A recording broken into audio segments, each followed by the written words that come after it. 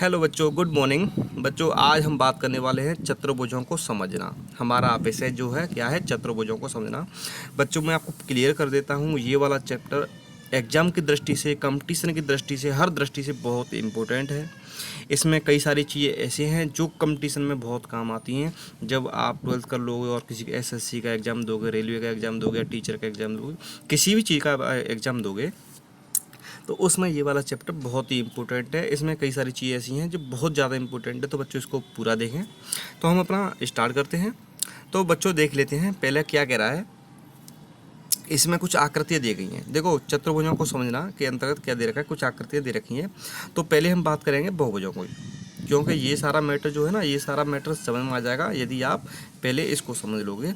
तो देखो, बहुभुज क्या होता है मैं आपको बता देता हूँ। बहुभुज, बहुभुज।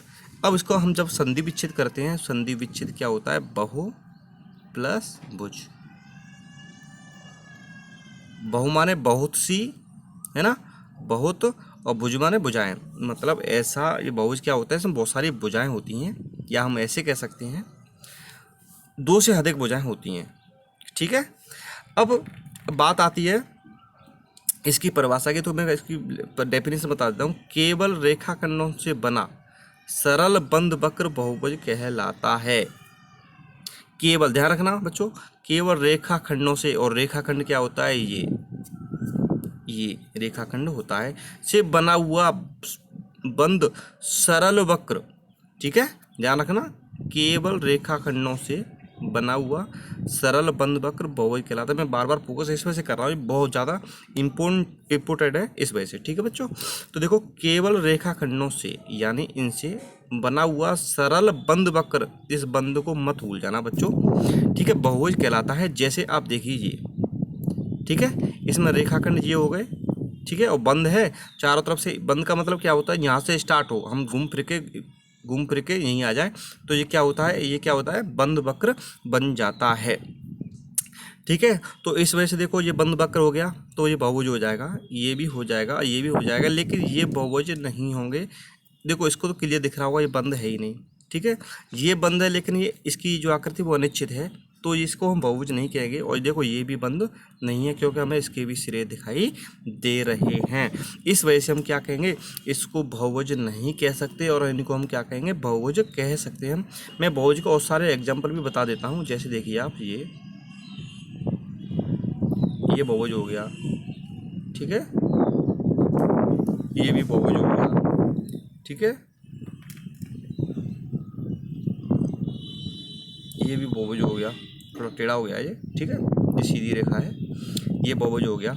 इस तरह से हम समझ सकते हैं। उम्मीद करता हूँ आपकी समझ में अच्छे से आ गया होगा। एक बार फिर से देख लेना, केवल रेखाखंडों से बना हुआ सरल बंद वक्र बहुभुज कहलाता है। ठीक है बच्चों, अब हम आगे चलेंगे। देखो, बहुभुज में क्या होता है, तीन या तीन से अधिक भुजाएं होती हैं, या हम ऐसे कह सकते हैं दो से अधिक भुजाएं हो सकती हैं, क्योंकि किन्हीं दो रेखाखंडों से मिलकर कोई भी बहुभुज नहीं बनता है। तो कम से कम बहुभुज बनाने के लिए हमें तीन रेखाओं की आवश्यकता होती है, ध्यान रख लेना। ठीक है, तो देखो, तीन रेखाखंडों से बनी हुई बंद आकृति को क्या कहते हैं, त्रिभुज कहते हैं, आप अच्छे से जानते हैं। चार रेखाखंडों से बनी हुई आकृति को क्या कहते हैं, चतुर्भुज कहते हैं, आप अच्छे से जानते हैं। ठीक है, पांच रेखाओं से पंचभुज, छः से षटभुज, सात से सप्तभुज, आठ से अष्टभुज, नौ से नवभुज, और 10 से 10 भुज। इस तरह से ये होता है। इसकी आकृति आपको नज़र आ रही होंगी। ठीक है बच्चों, अब हम बात करेंगे विकर्ण की। देखो बच्चों, विकर्ण क्या होता है, विकर्ण होता है किसी भी बहुभुज के किन्हीं दो शीर्षों को जोड़ते हैं। जैसे ये चतुर्भुज दे रखा है, मैंने इसका ये वाला शीर्ष और ये वाला शीर्ष दोनों जोड़ दिया, ये क्या बन गया, विकर्ण बन गया। इस वाले शीर्ष को इस वाले शीर्ष को दोनों को जोड़ दिया, तो ये विकर्ण बन गया। इस तरह से इस आकृति में भी आपको दिखाई दे रहा होगा। ठीक है, तो किसी आकृति में कितने विकर्ण होते हैं मैं आपको सारा बता दूंगा, सारा फॉर्मूला बताने जा रहा हूँ कि किसी आकृति में कितने विकर्ण हो सकते हैं, वो कैसे निकालते हैं। ठीक है बच्चों, तो जुड़े रहिए। और आप, जैसे हमें इसका विकर्ण निकालना है, ये क्या है, हमारा ट्रायंगल है, किसमें, 3D में ट्रायंगल है, तो हम इसका विकर्ण आसानी से निकाल सकते हैं। ठीक है बच्चों, अब आगे देख लेते हैं। इसमें एक टर्मोलॉजी आई है, अभ्यंतर और बहिर्भाग। ठीक है, तो देखो बच्चों, ये जो भीतर वाला जो भाग होता है ना, हम इसको तो अभ्यंतर बोलते हैं, और जो बाहर वाला भाग होता है आकृति बाहर वाला भाग, हम उसको क्या कहते हैं, बहिर्भाग कहते हैं। तो उम्मीद करता हूँ आपके समझ में अच्छे से आ गया होगा। अब बात करेंगे उत्तल और अवतल बहुभुज, most important of the topic.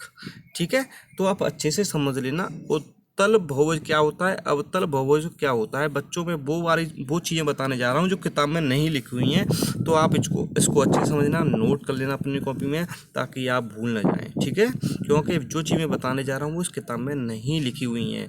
ठीक है, अब देखिए हम पहले बात करेंगे उत्तल बहुभुज की। ठीक है बच्चों, तो देखो उत्तल बहुभुज क्या होता है, ऐसा बहुभुज जिसका प्रत्येक आंतरिक कोण 180 डिग्री से कम का होता है। ऐसा बहुभुज जिसका प्रत्येक आंतरिक कोण 180 डिग्री से कम का होता है। मैं इसको जूम करके थोड़ा सा और समझा देता हूँ आपको। जैसे मैं इसके बारे में बात करूँ, मैंने क्या बोला था अभी, ऐसा बहुभुज जिसका प्रत्येक आंतरिक कोण 180 डिग्री से कम का होता है। तो आप इसको जरा जांचिए, क्या ये 180 से कम है? बिल्कुल है, ये भी है, ये भी है, ये भी है, ये भी है, ये भी है। तो इसका मतलब ये क्या हो जाएगा, उत्तल बहुभुज हो जाएगा। इसी तरह से ये भी है, ये भी है, ये भी है, और ये भी 180 डिग्री से कम का है, क्योंकि 180 डिग्री क्या होता है, सीधी रेखा होती है। अगर हम बोले 180 डिग्री से ज़्यादा, तो हम 180 डिग्री से ज़्यादा कैसे बना सकते हैं, जैसे ऐसे बना लिया जाए, और ये वाला एंगल जो है 180 डिग्री से ज़्यादा हो जाएगा। ये ऐसे भी हो सकता है, ऐसे भी हो सकता है। ठीक है, आ गया समझ में? अब देख लेते हैं इस वाली आकृति को। तो ये देखो, इसमें भी ये सारे एंगल जो 180 डिग्री के अंतर में हैं, तो हम इसको क्या बोलेंगे, उत्तल बहुभुज बोलेंगे। अब देखिए जरा, उत्तल बहुभुज आपकी समझ में आ गया। अब बात करेंगे हम अवतल बहुभुज की, तो मैं थोड़ा सा जूम करके उसको बता देता हूँ। अब जैसा कि मैंने आपको उत्तल बहुभुज में बताया था कि वो बहुभुज जिसका प्रत्येक आंतरिक कोण 180 डिग्री से कम का होता है, उत्तल बहुभुज कहलाता है। और तो अवतल बहुभुज में क्या कहलाएगा, जस्ट अपोजिट होगा। ऐसा बहुभुज जिसमें कोई एक न एक एंगल, एक न एक आंतरिक कोण 180 डिग्री से अधिक का होता है। तो आपको देखो इस आकृति में दिखाई दे रहा होगा, ये 180 डिग्री से अधिक का हो गया, या ये वाला 180 डिग्री से अधिक का हो गया, या ये वाला 180 डिग्री से अधिक हो गया, यहाँ ये वाला हो गया।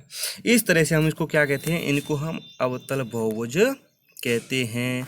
उम्मीद करता हूँ आप लोगों की समझ में अच्छे से आ गया होगा। एक बार फिर से मैं रिपीट कर देता हूँ, ऐसा बहुभुज जिसका प्रत्येक आंतरिक कोण 180 डिग्री से कम का होता है, उत्तल बहुभुज कहलाता है। और ऐसा बहुभुज जिसका कोई एक एंगल 180 डिग्री से अधिक का होता है, वो अवतल बहुभुज कहलाता है। ठीक है बच्चों, अब हम बात करेंगे सम और विषम बहुभुज। बहुत इंपॉर्टेंट है ये भी, सम तथा विषम बहुभुज। बच्चों आप बहुभुज के बारे में तो समझ ही गए। बहुभुज में क्या होता है, बंद आकृति होती है और रेखाखंडों की संख्या 3 या 3 से अधिक होती है, वो बहुभुज कहलाता है। लेकिन अब बात आती है यहाँ पर एक सम तथा विषम बहुभुज। तो पहले हम क्या करेंगे, सम बहुभुज के बारे में जांचेंगे। सम बहुभुज, सम बहुभुज, देखो सम बहुभुज का मतलब ये नहीं होता उसमें भुजाओं की संख्या बराबर समान सम सब संख्या हो, जैसे दो तो हो ही, तीन होती नहीं है, 4 हो या 6 हो, 8 हो, ये नहीं होता। सम का मतलब यहाँ ये होता है, किसी भी बहुभुज में, चाहे उसमें भुजाओं की संख्या 3 हो, चाहे 4 हो, चाहे 5 हो, उसमें प्रत्येक भुजा की लंबाई समान होती है। प्रत्येक भुजा की लंबाई कैसी होती है, समान होती है या फिर बराबर होती है। आ गया समझ में? इसे बोलते हैं हम सम बहुभुज। अगर उसमें प्रत्येक भुजा की लंबाई बराबर नहीं है तो हम उसको क्या बोलेंगे, विषम बहुभुज बोलेंगे। तो मैं एग्जाम्पल की दृष्टि से आपको समझा देता हूँ। जैसे आप देखिए जरा, ये है हमारे पास आकृतियाँ हैं। तो यहाँ पर मुझे दिखाई दे रहा है ये ट्रायंगल है। ठीक है, देखो इस वाली भुजा की लंबाई इसके बराबर है और इसके बराबर है। अब चूंकि आपको पता है जब भुजाओं की लंबाई तीनों बराबर तो एंगल तो बराबर होते भी हैं। तो एक ये भी कंडीशन होती है, भुजाओं की लंबाई के साथ साथ उसके कोण भी बराबर होने चाहिए। लेकिन जब उसकी भुजाओं की लंबाई बराबर है तो कोण बराबर होते हैं, ये डेफिनेटली होता है। ठीक है बच्चों, अब बात करेंगे हम चतुर्भुज के बारे में। ये क्या है, हमारा वर्ग है। ठीक है, उसके है। तो देखो ये वाला एंगल चारों बराबर हो गए, भुजाओं की लंबाई आपको दिखाई दे रहा होगा बराबर हो गई। जब हम कोई साइन मार्क लगाते हैं ना, सेम जैसे यहाँ मैंने यहाँ 1 लगाया, यहाँ भी 1 लगाया, ये भी 1 1 1 1, तो इसका मतलब क्या होता है, ये भुजाओं की लंबाई बराबर है।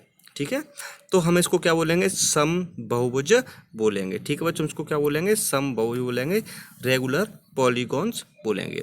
अब बात करेंगे विषम बहुभुज की।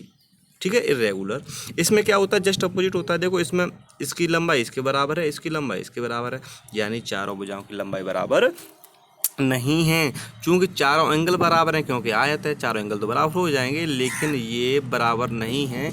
इस वजह से ये क्या होगा, ये तुम्हारा विषम बहुभुज हो जाएगा। इसी तरह से आप इसको भी देख सकते हैं, इसको भी देख सकते हैं और इसको भी देख सकते हैं। इसकी लंबाई इसके बराबर, इसकी है ना। तो इस वजह से ये क्या हो जाएगा, विषम बहुभुज हो जाएगा। ठीक है बच्चों, अब हम बाकी का कोण योग ऊर्ध्वधर्म कल पढ़ेंगे। जब तक आप इसको अच्छे से रेडी कर लेना, इसको थ्योरी को अच्छे से पढ़ लेना।